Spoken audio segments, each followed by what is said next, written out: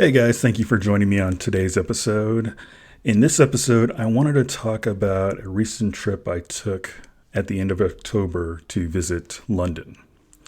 But before we get into today's topic, I want to talk about having a backup plan when you're recording audio for podcasts. This is going to be my second time recording this podcast. Previously, I recorded this podcast, but the audio recorded very loudly. It's something I found.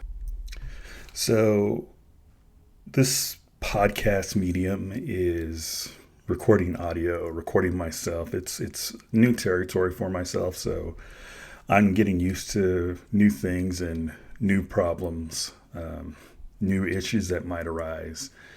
And one of the things that came up last time I recorded a podcast was that the audio was recorded too loudly, and it was because the microphone wasn't plugged in, or there was some other setting that was causing just the audio to come in to be recorded loudly than it should have been. So yeah, it was kind of a downer, because I try to put in a lot of time to learning this new medium and devoting some time to record.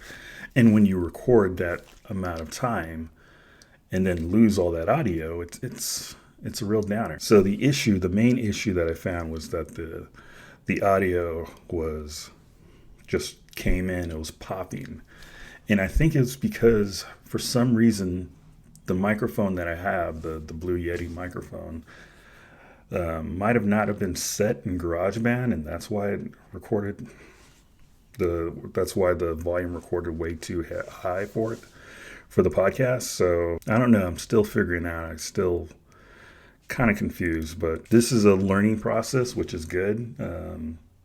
It's good to know there's some things that I should always double check, like audio for one. So I went back and made sure. So crossing my fingers, and the audio in this podcast should be recorded fine. But going forward, I'm always going to try to have a backup plan. Maybe somewhere, some reason how I grew up, I probably devised a theory why I should always have a backup plan. And I think whenever something goes haywire, you want to be able to have like some fail safe to depend on. So I'm going to start filming these podcasts just to have a backup in case the audio gets messed up from GarageBand. And I'm sure there are other methods that people use when they're recording podcasts, and they have a fail-safe or a backup whenever the audio does fail on you when you're recording a podcast. I know that I've listened to several podcasts where it's like, oh yeah, we've had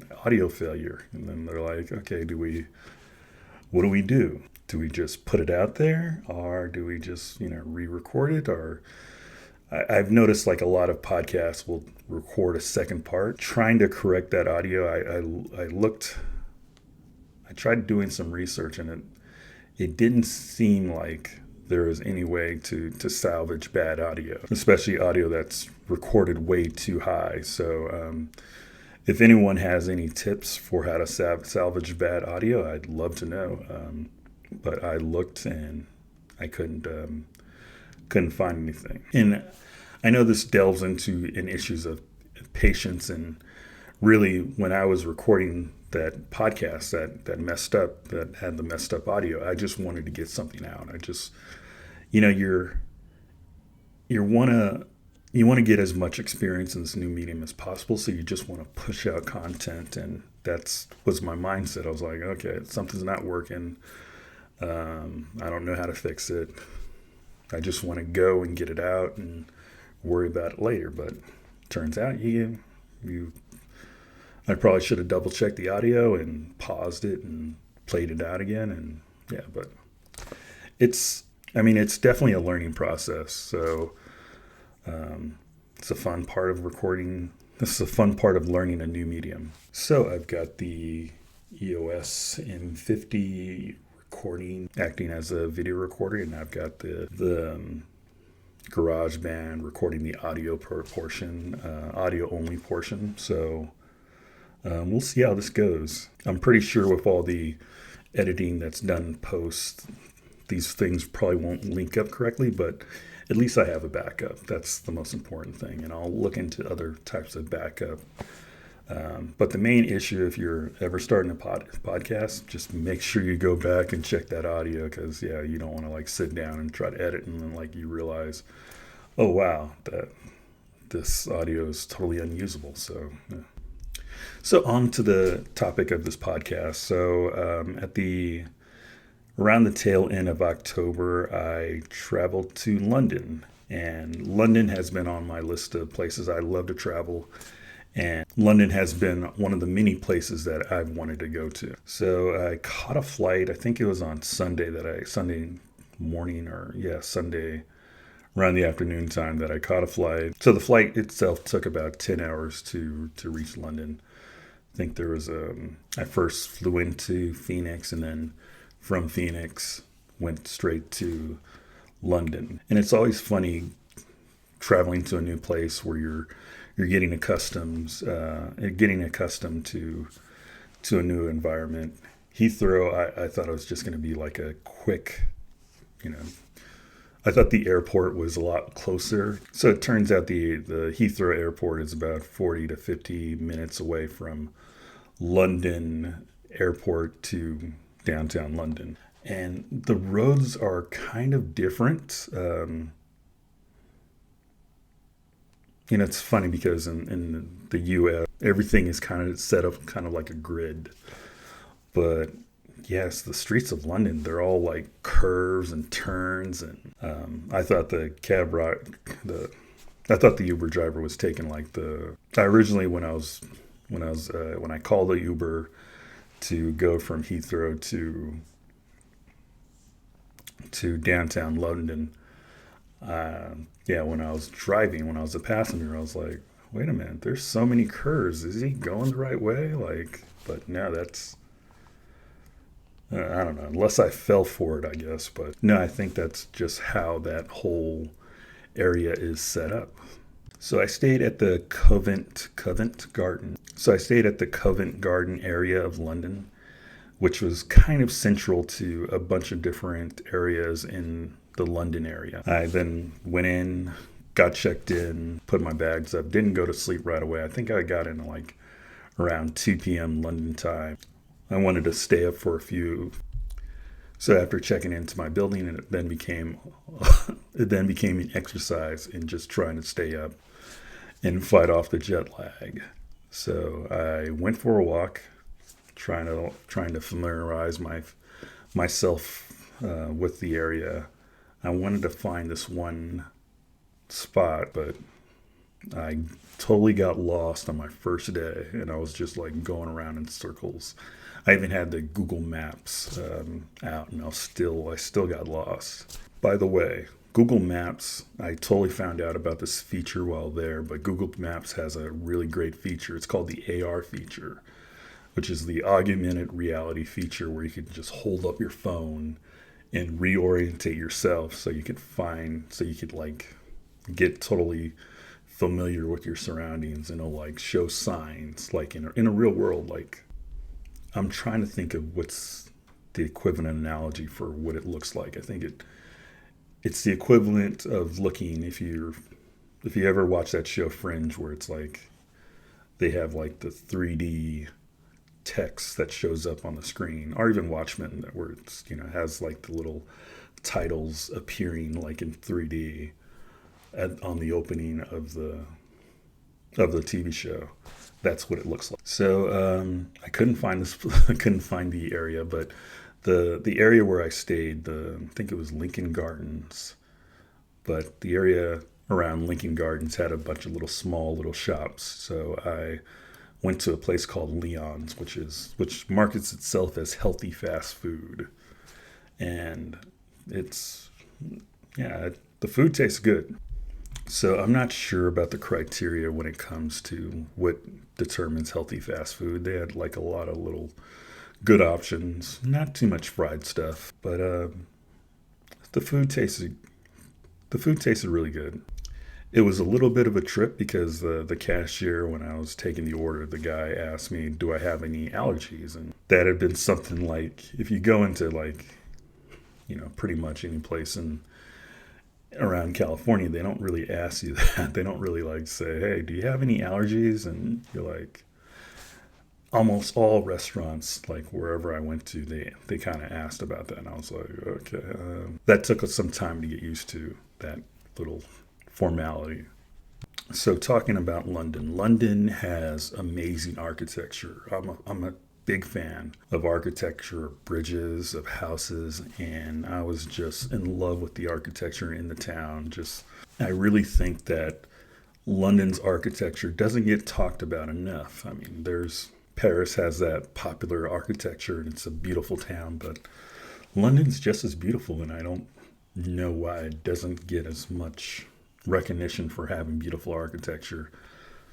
Maybe because it's like right next to France, and France gets all the attention. So I was really digging the whole vibe, the whole look of the area, and it's something that I don't think gets a lot of recognition for, but definitely dope architecture, dope city structure.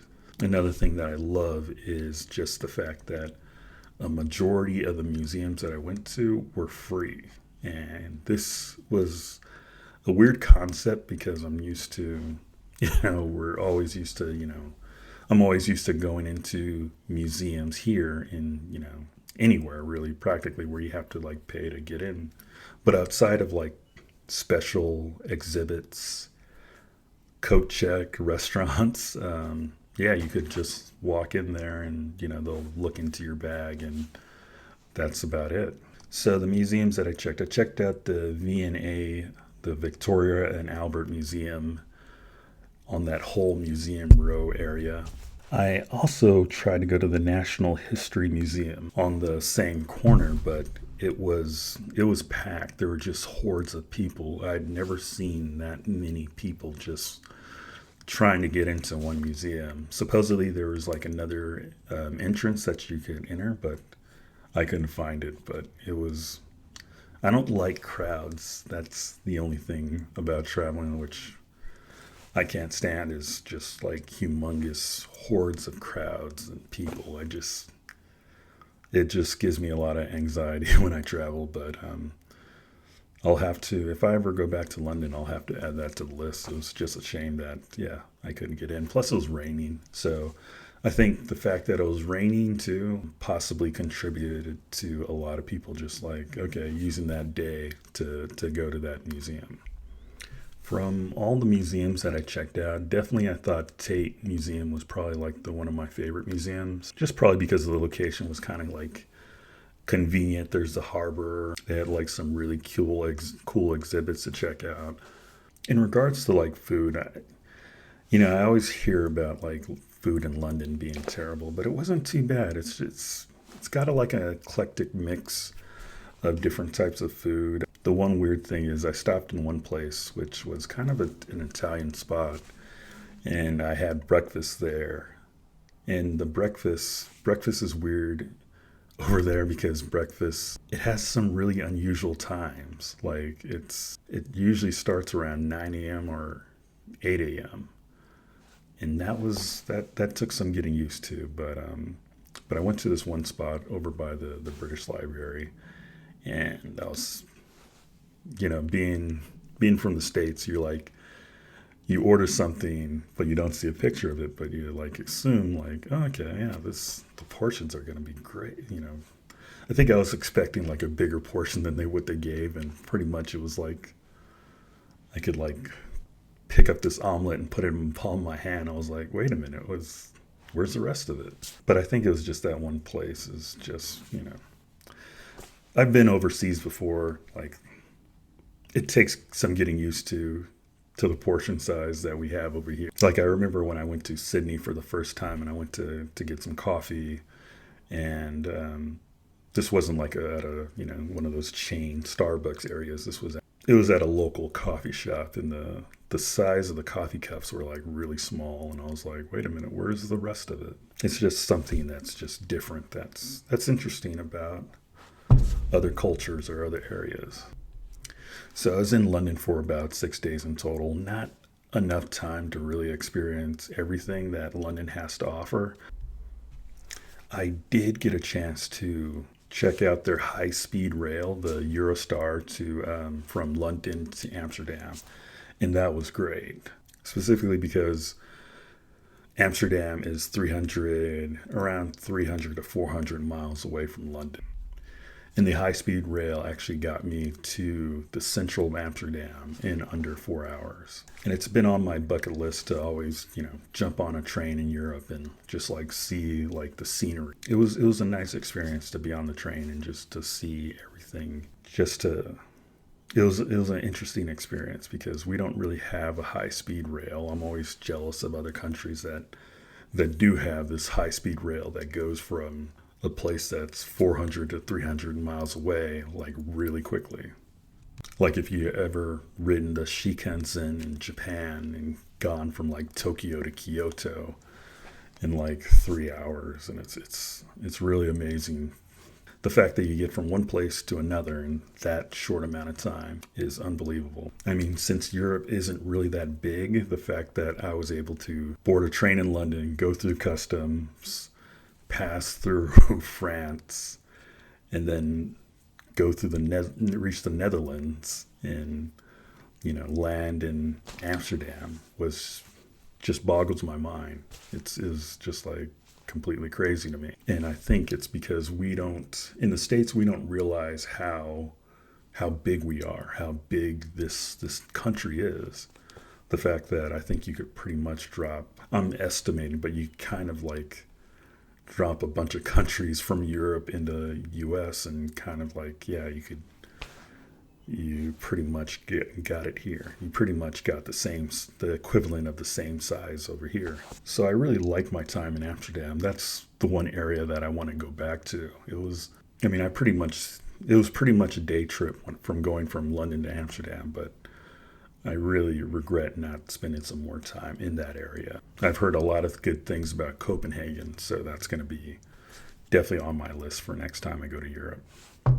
So speaking of which, I want to talk about some things that I did differently for this trip. I've traveled internationally a couple of times now, but this trip was different in that I did like a lot of prep work before I even left the country. So a couple of things that you could do that I did was I bought a SIM card before traveling. And, the fear of doing that is that you don't know what you're going to get. But the benefit is that if you buy a SIM card before you leave and activate it and test it out, once you get to the country you're going to, you don't have to like stand in line, and try to figure out like, okay, what's the appropriate data planes that I'm going to get, especially if you've been on a long flight, like a 10, 12 hour flight where you're like, just like, you're barely coherent and, you're barely pretty much functioning and you're just like trying to get to your hotel. And that's really the last thing you want to think about.